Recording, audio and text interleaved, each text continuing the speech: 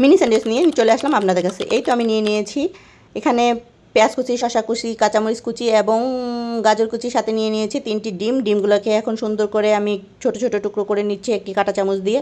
তারপরে এখন এই ডিমগুলোকে সবগুলোকে মেয়োনিজ দিয়ে দিলাম।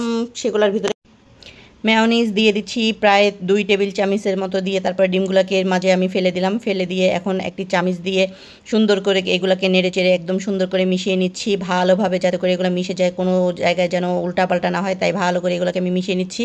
এইবার আমি এখানে দিয়ে দিচ্ছি টমেটো কেচাপ, উপর থেকে ঢেলে দিলাম টমেটো কেচাপ দিয়ে এবার আমি এগুলোকে আবারও নেড়ে চেড়ে মিলিয়ে নিচ্ছি।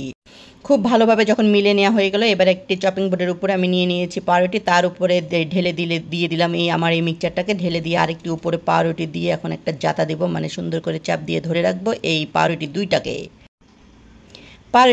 সুন্দর করে যারা দিয়ে ধরে এবার আমি সাইড থেকে কেটে নিচ্ছি বাড়তি অংশগুলোকে কেটে নিয়ে এখন আমি মাছ বরাবর কেটে নিয়ে সুন্দর করে এগুলাকে আমি একদম আরেকটা পিচ করে নিচ্ছি। তারপরে হয়ে গেল একটি পাউরুটি দিয়ে 4টি পাউরুটি এবং মিনি স্যান্ডউইচ হয়ে গেল আমাদের। এই তো এবার সাজিয়ে নিচ্ছি।